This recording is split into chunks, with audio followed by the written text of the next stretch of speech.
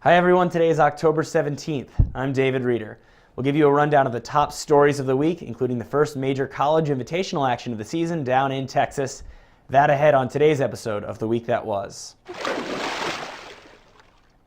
Number 5 this week, British superstar breaststroker Adam Peaty was awarded the Member of the Order of the British Empire. This honor is given in recognition of an outstanding achievement or service to the community with a long-term significant impact that stands out as an example to others. It was bestowed on Peaty by none other than Queen Elizabeth II.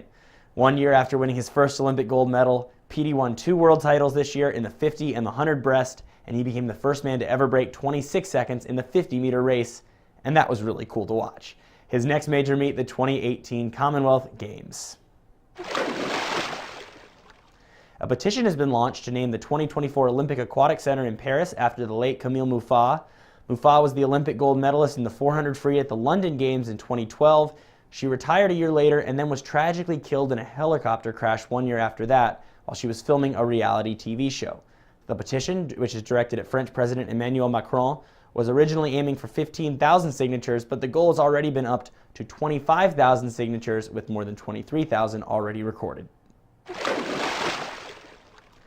Lea Smith is headed west to Tucson. The 2-time Olympic gold medalist from the Rio Games and a 3-time medalist from this summer's World Championships told Swimming World in an email last week that she is following longtime coach Corey Chitwood to the University of Arizona.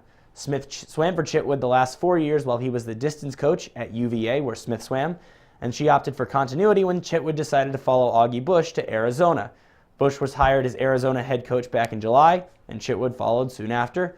Both of those guys have Arizona roots. Bush was an assistant under his father Frank at U of A, while Chitwood won 3 NCAA titles in the 200 back for the Wildcats.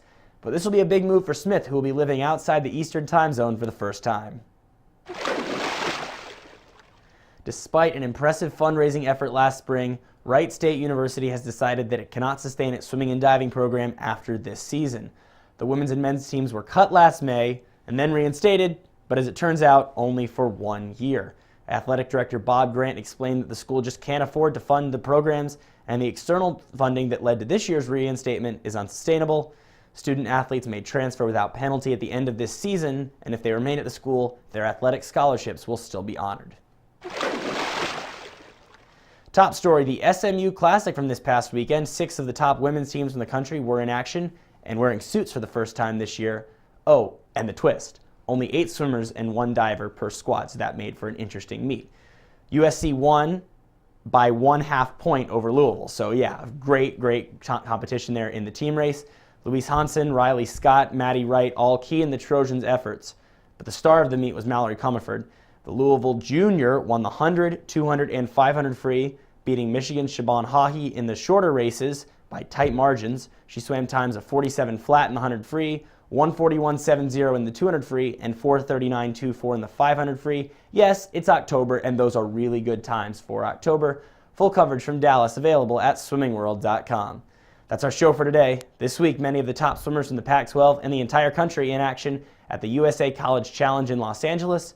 Swimming World will be there with full coverage, and we'll break it all down next week on The Week That Was. Until then, I'm David Reeder. Have a great week.